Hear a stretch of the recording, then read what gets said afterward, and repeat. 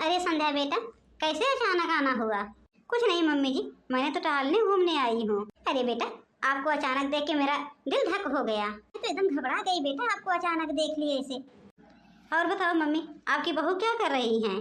अरे बेटा, अभी तो खाना बना रही हैं। मैं सच कहूँ मम्मी, लेकिन आपको बुरा न लगे, आपकी बहू को ना कुछ करने आता ही नहीं है। मैंने अपने ससुराल में खाना भी बना दिया, सबको खिला भी दिया, बर्तन धुल दिया, उसके बाद मैं तैयार होके फिर आ गई। अभी आपकी बहू खाना बना रही है, ये कौन सा तरीका है?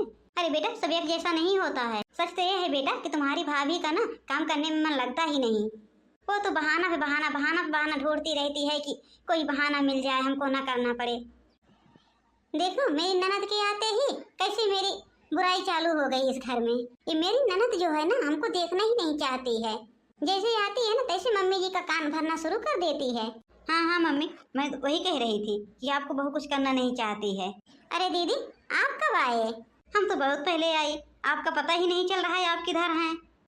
नहीं दीदी, मैंने आपकी आवाज़ सुना भी नहीं। अरे आप सुनोगी कैसे, जब आपको फुर्सत मिलेगी तब ना सुनोगी। और हाँ भाभी, मेरा बैग उठाओ, ले जाके मम्मी जी के कमरे में रख दो। ठीक है दीदी, ले जा रही हूँ।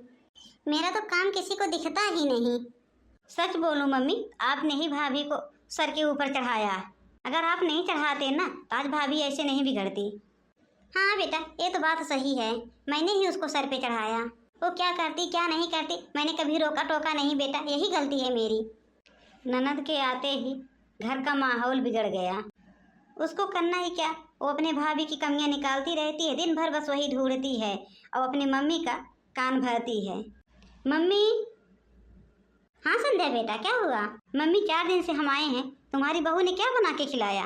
खिलाने की तो बात ही छोड़िए, कभी पानी भर नहीं देती है वो।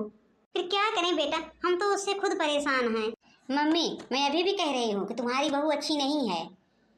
हाँ बेटा, अच्छी तो नहीं है वो नक्कटी, लेकिन क्या करूँ? मम्मी, मैं तो यही कहूँगी कि उसको भिजवा दो उसके मैके। वहाँ 4 महीने रहेगी मम्मी ना, तो उसकी अकल ठिकाने लग जाएगी। हाँ संध्या बेटा, आपने सही कहा।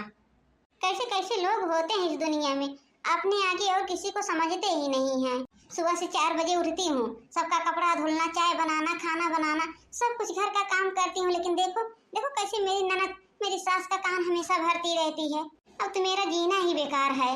सास भी ना, वो भी बेटी का सुनती हैं, कभी बहू का नहीं सुनती हैं, ना तो बहू का कोई काम दिखता है इनको। मम्मी जी, मैं जा रही हूँ कमरे में, और भाभी से बोल देना कि आज कढ़ी और चावल बना के लाएंगी मेरे लिए। अरे भाभी यहीं खड़ी हैं दीदी, भाभी से बोलना नहीं है। और जो खाना बना के रखी हूँ वो खाना क्या होगा? देखिए भाभी, अब और नहीं हम सुनेंगे, मेरे मुंह तो आप लगना मत, आपको पता है ना। हाँ हाँ दीदी, हमको पता है, सब कुछ पता है। इस घर में कोई मेरा सुनता ही नहीं, मैं जी के करूँगी क्या? अब मैं क्या करूँगी जी के? काजल बहू, ओ काजल बहू, लग रहा मेरे ससुर जी आ गए। अब मैं कैसे बोलूँ? अगर मैं बोलूँगी तो अभी हमको देख लेंगे। काजल बहू, अब तो हमको बोलना ही पड़ेगा। क्या हुआ पापा जी? अरे काजल बहू, ये कौन सा नाटक है, कहाँ चढ़ के खड़ी हो? अभी वहाँ से पैर फिसला, बेटा बचोगी नहीं। अरे पापा, मैं बचने के लिए नहीं खड़ी हूँ यहाँ, मैं तो पापा अपनी जान देने जा रही हूँ। क्यों बहू, क्या हुआ, क्यों अपनी जान देने जा रही हो, बताओगी कुछ? क्या करूं पापा, क्या करूं, जब से मैं इस घर में आई हूं ना कोई सम्मान मिला है, ना कोई आदर मिला है। बस नौकरों की तरह दिन रात खटती रहो, फिर भी कोई इज्जत नहीं मिल रहा है। आप तो खुद देखते हैं पापा, मैं 4 बजे उठ जाती हूँ, सबका कपड़ा धुलना, नहाना, चाय बनाना, नाश्ता बनाना, खाना बनाना, दिन भर मैं इसी में बिजी रहती हूँ। फिर भी सासू माँ ने बोली कि कुछ काम नहीं करती हैं। अरे काजल बेटा, ऐसे कैसे तुम्हारी सासू माँ ने बोला?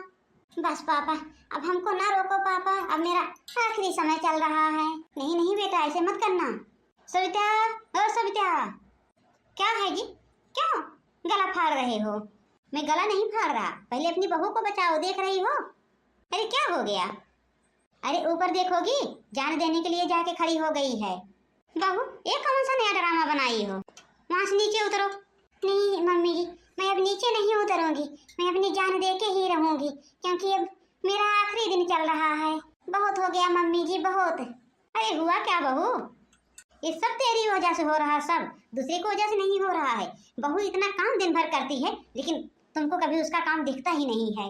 तुम तो सिर्फ हाथ धो के उसके पीछे पड़ी रहती हो, उसकी बुराई ढूंढती रहती हो। अरे जिस बहू का उसके ससुराल में सम्मान ना मिले वो बहू क्या करेगी जी की। ये सब हमको पता है तुम करती क्यों हो, ये सब तुम्हारी बेटी का किया धरा है। अगर वो इतनी भली होती अपने ससुराल में क्यों नहीं पड़ी रहती, क्यों चली जाती है मुंह उठा के। पापा जी मैंने क्या कहा मेरे ऊपर आरोप लगा रहे हो। हाय राम हाय राम, तूने तूने ये क्या कर दिया बहू, ये क्या कर दिया। अरे बहू आप तो हम सबको छोड़ के चली गई, हम तो तुम्हारा कुछ नहीं बिगाड़े थे बहू, मेरा तो मुंह देख ली होती एक बार। ये सब तुम्हारी वजह से हुआ। हाँ जी ये सब हमारी वजह से हुआ, हमने कभी बहू का सम्मान किया ही नहीं। अब क्या खड़ी है मुंह बना के, क्या खड़ी है, ले तो ली अपने भाभी की जान, अब पड़ गई कलेजे में ठंडक। दिन भर आके माँ का कान भरती रहती थी, तुम्हारा बहू वैसा नहीं की वैसा नहीं की, अब मिल गया कलेजे में ठंडक ना। अब खड़ी खड़ी मेरा मुंह मत ताको, अब तो मेरी बहू चल बसी, अब तुमको भी चलना है। इसी वक्त जाके अपना बोरा बिस्तर उठाओ, मेरे घर से चलती बनो, मेरे घर में अब जीवन भर कदम मत रखना। क्योंकि मैंने तुम्हारे ही कहने पर बहू को भला बुरा कहती थी, हमेशा कहती थी, आज उसी का परिणाम हमको मिला है। अगर सास ने कभी बहू का सुना होता तो बहू ने अपनी जान ना दे दे। अब तो बहू के जाने पर बेटी भी पराई लगने लगी, अब बेटी को भी घर से निकाल दी। वही जो बेटी महात्मा की तरह रहती थी, आज वही बेटी पराई बन गई बहू के जाते ही। तो साहब जी अगर कहानी अच्छी लगी हो तो लाइक शेयर सब्सक्राइब जरूर कर देना और कमेंट करना मत भूलना।